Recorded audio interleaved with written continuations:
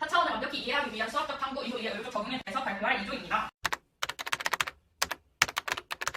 일단 이걸 이해하기 위해서는 다변수 함수라는 원리를 이해를 해야 됩니다. 다변수 함수란 변수가 3개 이상의 함수인데요. 가장 기본적인 꼴의 함수는 독립변수 x에 따라서 정수변수 y가 결정되는 y는 fx의 꼴로서 변수가 2개입니다. 그러나 변수가 3개 이상이 되면 하나의 전속 변수를 제외한 나머지 변수가 독립변수가 되므로 이 경우 독립변수가 2개 이상이 되는데요.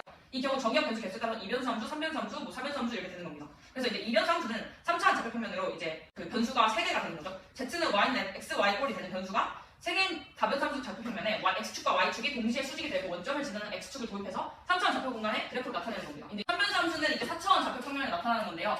이제 이거는 f, x, y, z는 w이다 이렇게 나타낼 수 있습니다. 정답고체처럼 차원이 4 이상인 도형은 실제로 그릴 수가 없으므로 변수가 4개 이상인 다변수 함수는 3차원 좌표 공간에다가 축을 하나 더해서 그래프로 나타낼 수 있는 겁니다. 다변수 함수의 그래프 수정법에 대해 발표하겠습니다. 다변수 축도의 호수축 이용에 대해서 말하자면 허근 호수축을 좌표평면에 나타내기 위해서는 4차원의 기하학적으로 해석하는 과정이 필요한데 4차원 그래프에서는 시간축을 호수로 나타내야 하기 때문입니다. 이렇게 시간축을 호수로 나타내는 작업을 진행하면 이러한 함수를 얻으실 거예요. 하지만 우리가 4차원에 나타낼 때 허수축을 쓰는 이유는 그냥 실수축 변수 하나를 보충한다면 x제곱 플러스 y제곱 플러스 z제곱 플러스 w제곱 같이 이해할 수 없는 그래프가 됩니다.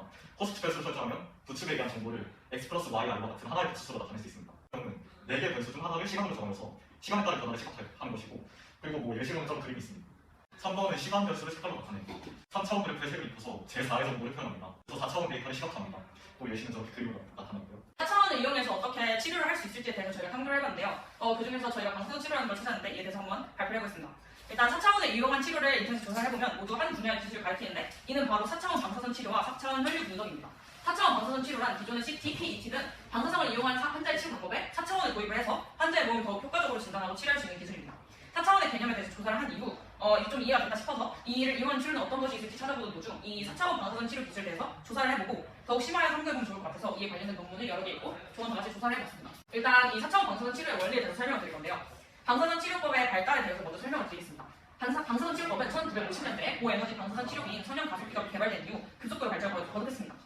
일단 초장기 치료 부위의 방사선을 평면적으로 조사하던 2차원 방사 치료법을 벗어나서 치료 전기와 전자력 기술의 발달로 인해서 3차원 방사선 치료법을 발전했는데요. 암세포나 종양의 위치를 계산한 후 다양한 각도에서 방사선을 조사해서 입체적인 치료가 가능했던 3차원 방사선 치료법의 장점은 암세포가 충분한 양의 방사선을 노출할 수 있다는 것이지만 여전히 정상세포에도 조사되는 양이 많았다는 것입니다. 즉 모든 방향에서 똑같은 성량과 형태로 방사선이 조사됐기 때문에 정상적인 조직을 입히는 피해가 컸습니다. 이로 인해서 부작용을 얻는 환자들이 늘자 3차원 방사선 치료법에 시간의 개념을 도입을 해서 이러한 단점을 개선한 4차원 방사선 치료를 개발해냈습니다.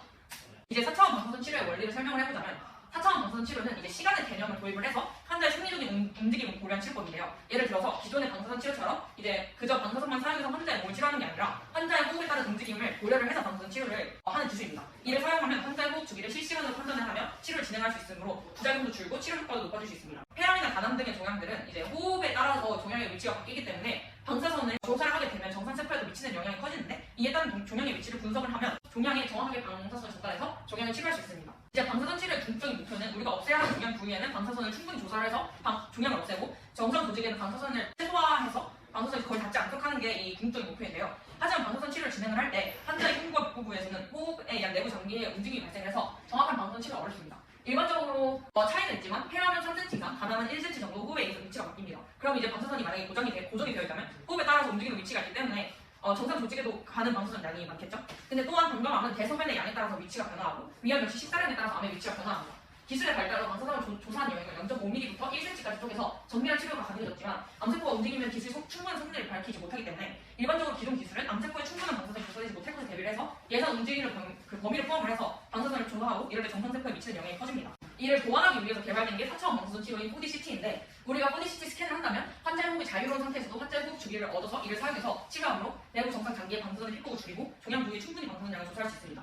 실제 치료에 들어가기 앞서서 CT나 엑스레이를 환자의 수차례 호흡 주기에 따라서 여러 번 촬영을 합니다. 이렇게 얻은 영상을 각각의 호흡 주기별로 나눠서 호흡 주기를 구합니다. 그 다음에 이 컴퓨터에 미리 방사선을 조사하는 영역을 주기에 따라서 입력을 해놓고 치료를 하면 암세포의 움직임을 추적하면서 방사선 치료를 할 수 있는 것입니다. 이제 기존의 방사선 치료에는 환자의 호흡에 대한 움직임에 대한 대처 방안이 없었고 그렇다고 해서 환자의 정상세포에 조사되는 방사선의 양을 무시할 수 없었으므로 환자에게 호흡을 참도록 하면서 치료를 진행했습니다. 하지만 이렇게 치료를 진행을 하게 되면 정확성은 있으나 길어진다면 환자가 힘들어할 가능성도 높고 정해진 방사체가 놓인 위치에 따라서 움직일 정도가 달라지기 때문에 조사되는 것의 정확성에 대한 어려움이 많습니다. 하지만 4차원 방사선 치료 기술을 사용한다는 호흡을 고려해서 치료를 진행함으로 오차가 줄어들게 됩니다. 그러나 이 기술에도 만약에 환자의 호흡 주기 및 호흡량이 다르게 된다면 내부 장기의 움직임도 다르게 바뀌므로 치료 계획에서 의원 방사선량 분포를 제한할 수 없습니다. 그래서 이제 4차원 방사선 치료인 호흡 동조 방사선 치료에서는 규칙적이고 안정된 호흡 주기 및 호흡량을 각도로 환자를 교육을 해서 이 주기를 계산을 한 다음 호흡을 연습해서 성별, 방향, 나이에 따른 방향의 움직임을 최소화하도록 해야 합니다. 네, 추가 탐구에 대해서 발표하겠습니다. 저희는 우리가 지금까지 조사한 4차원 방사선 치료 기술들은 전부 환자의 호흡을 CT 촬영 시 호흡을 실시간으로 측정해서 이후 주기로 계산한 다음에 방사선 치료를 적용한 방법이었는데 이 때문에 환자는 일종의 훈련과 교육을 받아 일정한 주기로 호흡하도록 연습을 해야 하는 번거로움이 있었습니다. 만약 이전에 설명했던 것과 같이 4차원 그래프를 나타내는 기술을 사용하여 시간 개념을 최대로 나타낼 수 있다면 CT 촬영 시 호흡 주기를 따로 여러 번 촬영하거나 주기를 계산할 필요 없이 바로 이제 시간에 따른 변화가 세개 변화가 나타나기 때문에 환자의 호흡 주기를 일반으로 바로 측정할 수 있고 이로 더 빠르고 정밀한 계산을 진행할 수 있을 것이라고 예상했습니다.